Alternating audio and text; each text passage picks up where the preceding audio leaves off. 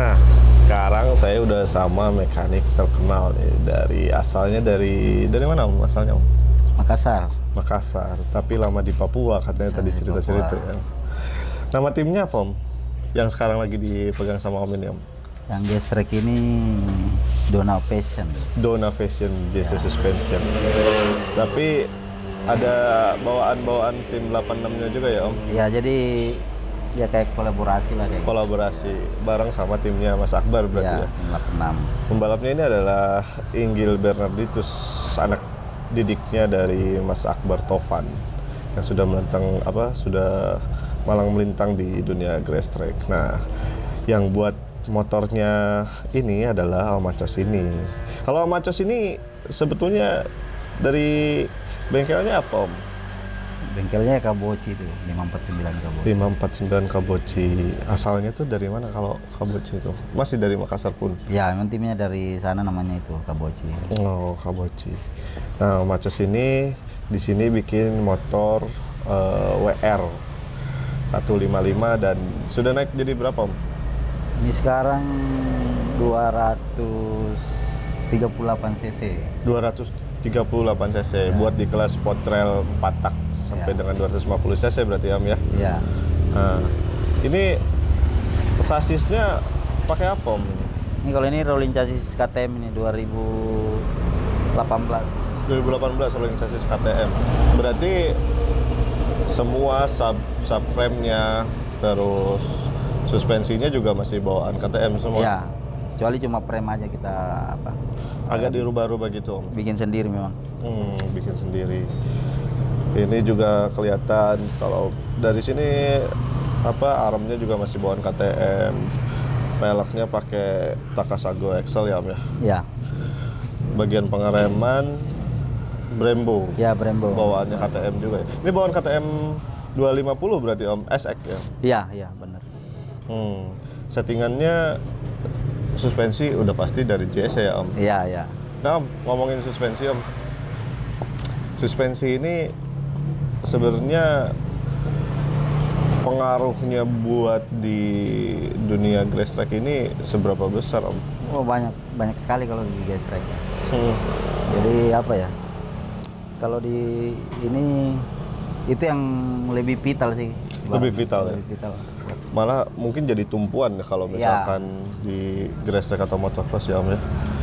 Ya pasti yang kita ya nyetinya di awal itu malah bukan mesinnya kayak gitu. Lebih. Ini settingannya apakah ada oli khusus atau pakai apa gitu Om di dalamnya?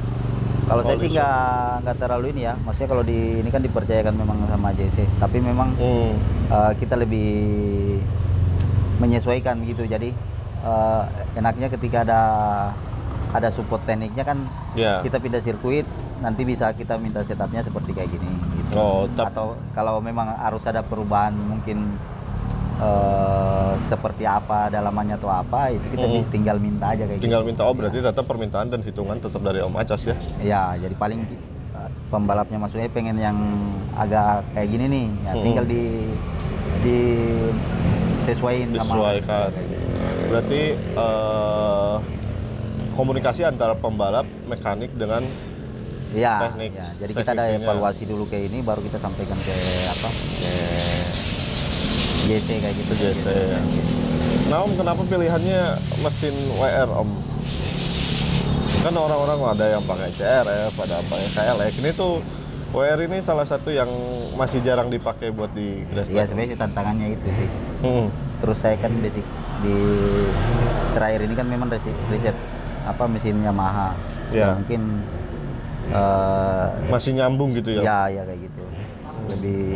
Lebih paham lah partnya kayak ini. Oh gitu. Tapi ya sementara karena yang bikin itu, mungkin kalau ada juga yang bikin Honda ya mungkin bikin. Bisa juga Honda ya. Dan soalnya yang menariknya di motornya Om Acos ini yang dipakai sama Inggil ini adalah dia sistemnya bahan bakarnya itu adalah injeksi ya Om ya? Ya, injeksi. Nah injeksi ini jauh berbeda dengan karburator pastinya ya Om? Ya. Nah, kalau injeksi ini untuk mesin itu pengaruhnya seperti apa Om?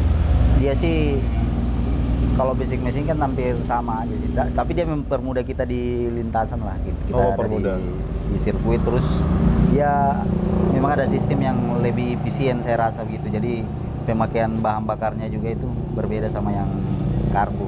Otomatis kan. Jadi kita nggak mesti apa ya? Nggak mesti capek-capek bongkar, ganti spoiler itu udah nggak perlu lagi ya Om ya. Lebih enak sih motornya. Lebih enak. Cuman ada perubahan nggak Om dari, kan ini motornya juga udah bore up-an ya Om ya. Nah, bawaannya si WR standar ini besarnya sebesar apa Om body throttle-nya itu? Kalau jauh sih, kalau ini kan kalau nggak salah WR itu cuma diameter 30. Ini kita sementara sih kalau regulasi kayaknya 40 ya. Cuma 40. Ini saya pakai 38 ini. Oh, pakai 38 masih oke ya. Diameter Venturi 38 itu. Kalau Seher itu pakai ukuran berapa Om? Ini 72, struknya 72. Standar ya. 72 itu berarti naik berapa mili dari standarnya WR? Kalau WR kan 57 ya. Berarti banyak banget ya. Banyak banget. Itu pakai sehernya apa? Pistonnya apa yang dipakai? Piston ini merek LHK ya.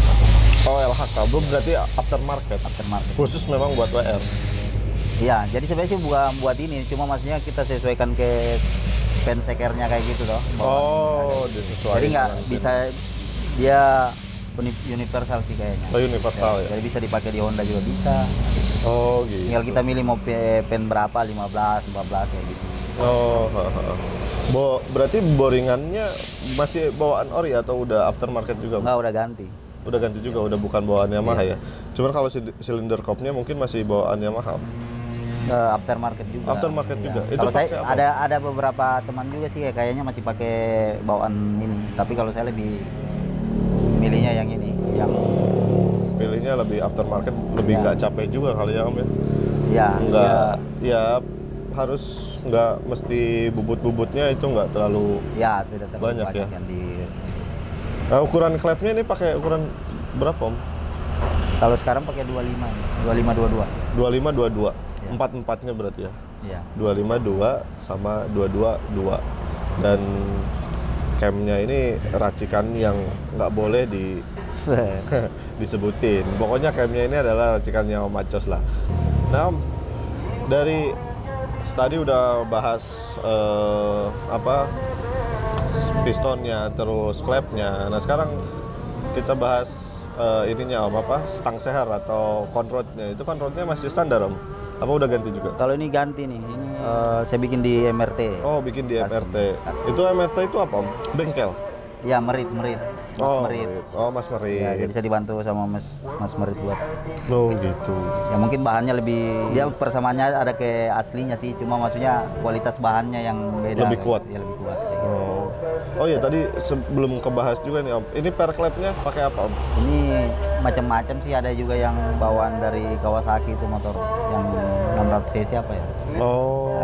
Ada juga yang UMA juga ada ya. Sebetulnya fungsi klep dan per klep itu lebih bikin motor jadi apa Om?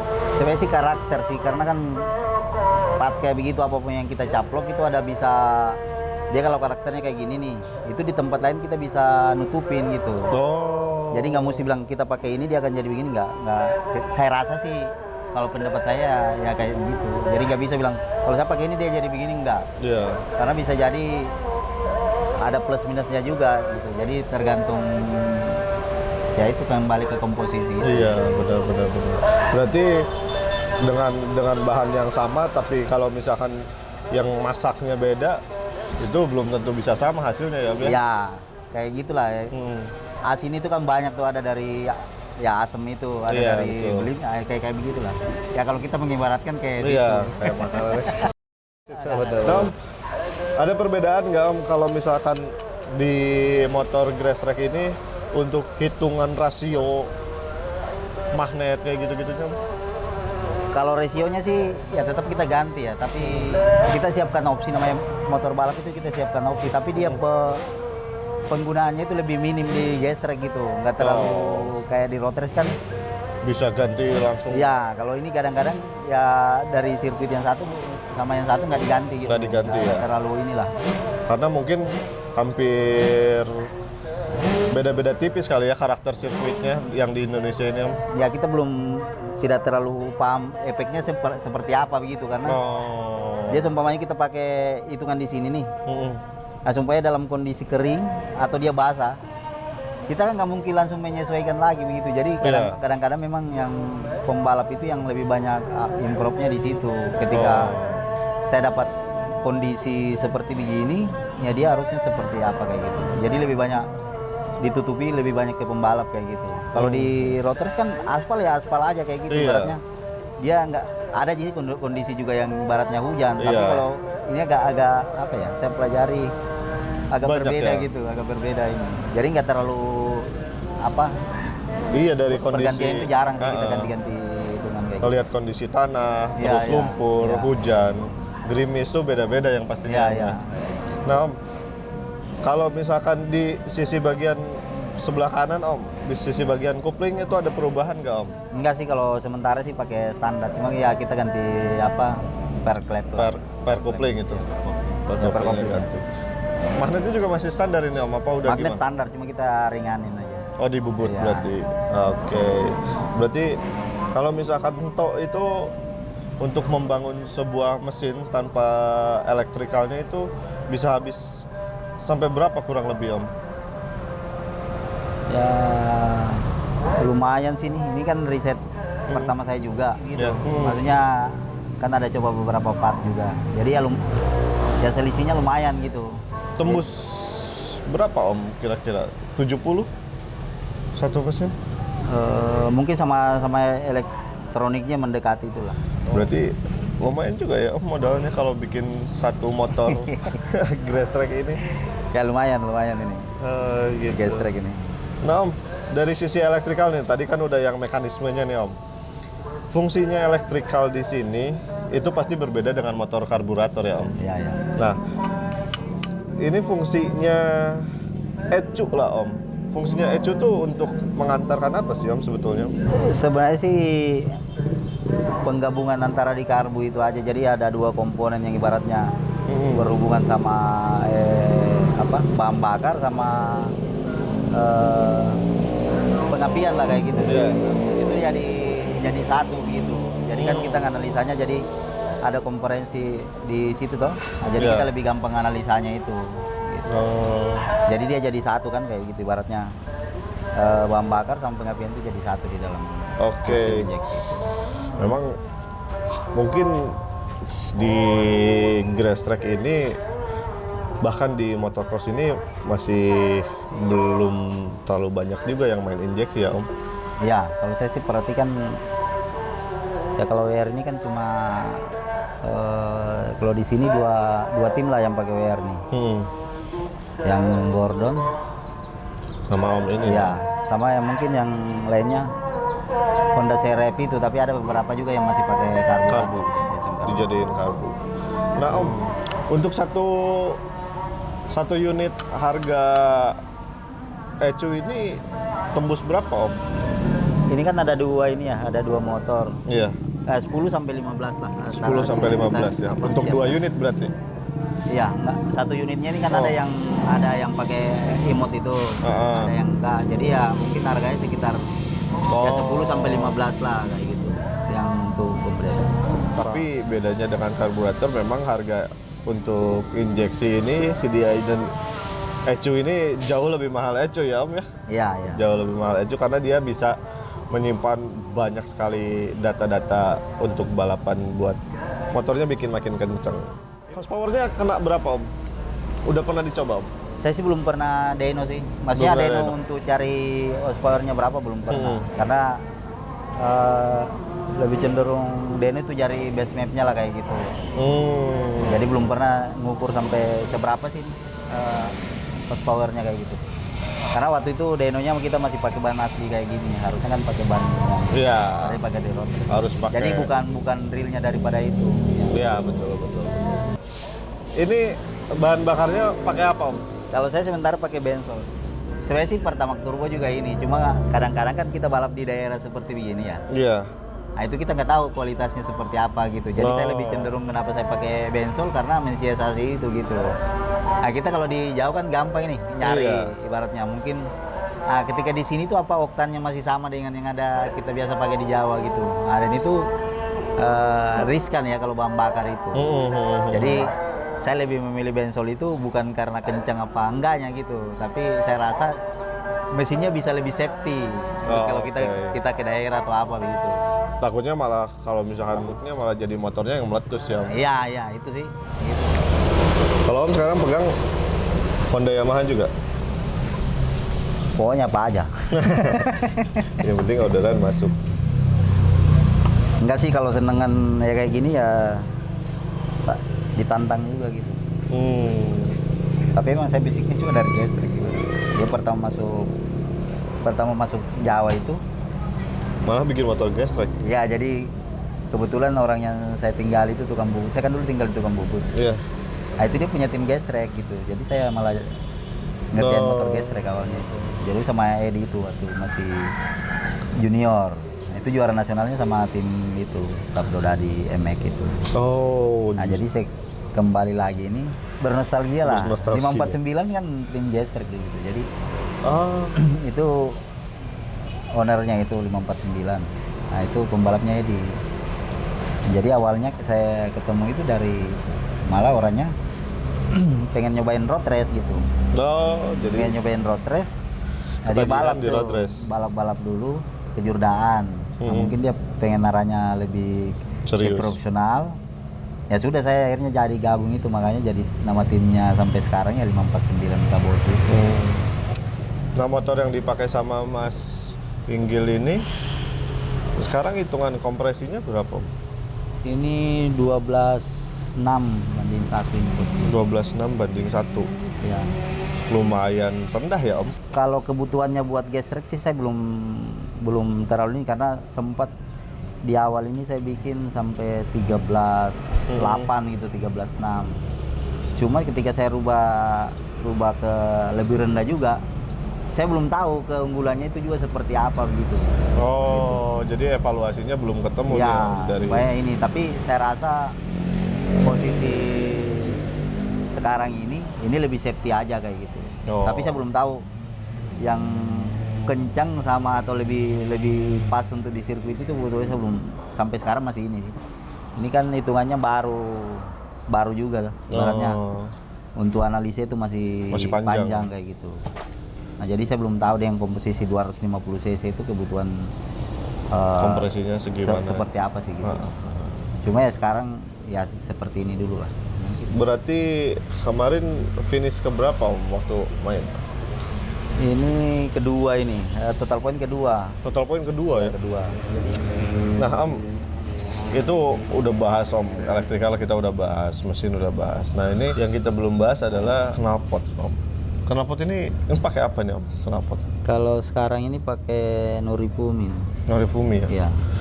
Ya karena di gestrek ini hampir semua kayaknya pakai Norifumi Om. Iya sih, ini kebetulan kan salah satu sponsor juga? Ya, salah satu sponsor di timnya 86 itu. Jadi si Inggil kan mungkin support sama Proliner. Norifumi. Kalau saya sendiri sih banyak Proliner. Malah dari Proliner ya? Iya, ada. Nah, fungsinya knalpot dengan diganti knalpot aja tuh udah bisa nambah katanya 1 dk lebih gitu. Nah sebetulnya fungsi knalpot sendiri itu menurut Om kayak gimana sih Om? Iya sama juga sama yang peranti yang lain itu. Jadi menentukan karakter lah. Ibaratnya pengen tenaganya itu di mana kayak gitu. Jadi kita pakai leher dengan diameter sekian, terus kita pakai silencernya diameter sekian. Ya itu kembali lagi, ibaratnya tidak di balap Indonesia ini, ibaratnya kalau kita motor yang ibaratnya kita modifikasi ya, bukan prototipe kayak gitu. Saya agak bingung membicarakan sesuatu itu, tidak bisa kita bilang ini ganti begini dia jadi begini nih. Jadi sebenarnya berdasarkan pengalaman kayak gitu. Jadi ada beberapa part yang kita pernah coba. Nah itu kita lebih kayak analisis lah kayak gitu. Ini berarti lehernya kalau 250 cc ini harus sekian nih. nggak bisa kayak gitu aja. Tapi kalau itu kan bilang kita mintanya supaya sekarang diameternya 34 nih, apa pipanya ada yang 34 kan belum tentu juga, kan kayak gitu. Jadi sebenarnya ini minus di sini, kita bisa nutupin di plusnya itu, nyari plusnya itu di tempat lain kayak. Oh gitu. Jadi semuanya artinya berkesinambungan ya, bersinergi ya, antara mesin elektrikal sama pembuangan tuh bener. Sebenarnya sih kalau saya kan berpikirnya, saya basicnya otodidak. Ya sama juga kalau seumpamanya Mas nih punya kenalan cewek nih. Ada yang mau diajakin makan di restoran, ada yang mau makan ini kayak gitu. Jadi kita ya menyesuaikan kayak gitu aja. Iya, pilihannya gitu. Jadi antara... kadang-kadang saya bikin motor itu mikirnya ke situ dulu. Ngerayu ceweknya kayak gini nih. Yang lainnya beda lagi kayak gitu. Iya kan? Iya, benar-benar. Kayak gitu. Ibaratnya kayak gitu kalau di dunia perwanitaan ya. Iya, jadi ya hampir sama sih. Hampir semua sisi kehidupan yang kita jalani hampir sama. Ya, jadi memang harus ada perbandingannya ya, Om ya. Iya. Harus ada perbandingannya antara satu sama lain. Pintar imajinasinya itu harus liar kalau. Iya, benar-benar. Berarti seniman itu kayak gitu. Iya. Jadi dia punya daya hayal itu harus tinggi. Ya saya itu begitu kayaknya sih, karena saya bukan orang yang ibaratnya saya sekolahnya otomotif bukan. Jadi saya lebih dulu kan sekolahnya STM mesin produksi itu. Iya. Jadi nggak ada hubungannya sama ini. Cuma mungkin karena bisa berimajinasi terus berfantasi itu ya bisa jadi mekanik ini kayak gitu. Berarti Om Acus ini cocok sekali disebut seniman apa ya? Seniman pengorek mesin.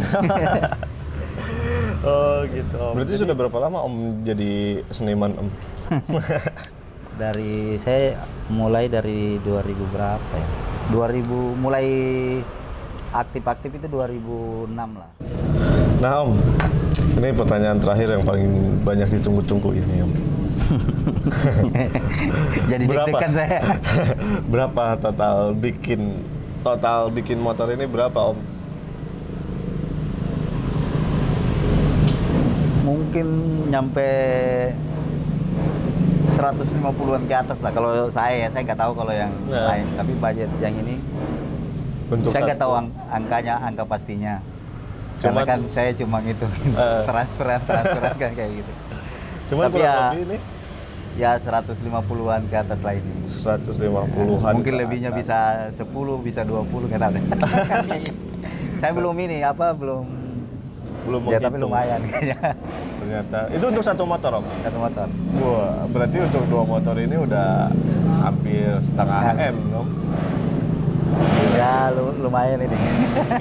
ini baru bikinnya aja, belum yang lain-lainnya ya Om ya. Belum ngitung ban, belum ngitung operasionalnya. Eksklusif sih. Pokoknya, yang mudah-mudahan sih yang punya puas, abang saya ini puas lah kayak gitu. Itu targetnya di situ. Masalah angka mah bisa dicari ya Om ya. Beda gitu. Jadi tiap orang kan beda, kepuasannya berbeda. Ini kepuasannya membuat motor mahal kayak ini, saya punya abang yang buat nih motor Sultan, motor hedon. Om makasih banyak lah Om waktunya, kita udah ngobrol-ngobrol kurang lebih hampir berapa ini, hampir 40 menitan Om. Ternyata ya mendapat banyak ilmu dari Om Acus ini. Om Acus Instagramnya apa Om Acus? Acus Lalang. Acus Lalang, nama bengkelnya tadi 549 Kaboci ya Om ya. Nanti kalau misalkan kalian mau ngorder bikin mesin bisa langsung aja hubungi ke Instagramnya Om Acus atau lihat aja Instagram bengkelnya juga ada kan ya Mas? Instagram bengkelnya ada, Instagramnya juga ada 549. Nah gitu. Om Acus, satu lagi Om, harapan untuk Grestrek Indonesia seperti apa Om? Saya sih berharapnya banyak mekanik-mekanik road race yang turun ke Grestrek, karena ini juga kualitas eventnya juga bagus ya. Terus satu lagi, ongkos kerjanya 2 kali lebih mahal daripada bikin motor road race ya. Jadi kalau yang mau nyari-nyari cuan ini di Grestrek boleh lah. Tapi kalau di Grestrek ini, kalau mau menikmati Grestrek itu berani kotor. Pasti dapatin senangnya itu di situ. Harus berani kotor gitu loh. Jadi nyeker ya nyeker. Siap Om. Nah guys, itu dia obrolan aku sama Om Acos dari 549 Kaboci. Dan kita tutup aja obrolan What's on your bike bersama Om Acos kali ini. Kalian kalau misalkan mau beli aparel motocross atau grass track, enduro, adventure, kalian bisa langsung datang ke PMX ID yang alamatnya ada di sini. Kalian juga wajib follow sosial media kita, ada di Instagram, Facebook, Twitter, dan TikTok. Dan juga jangan lupa juga kalian kunjungi marketplace kita, ada di Tokopedia, Blibli, Shopee, dan Bukalapak. Dan kita akan pamit bersama-sama bersama Om Acos. Om, keep safety and gaspol.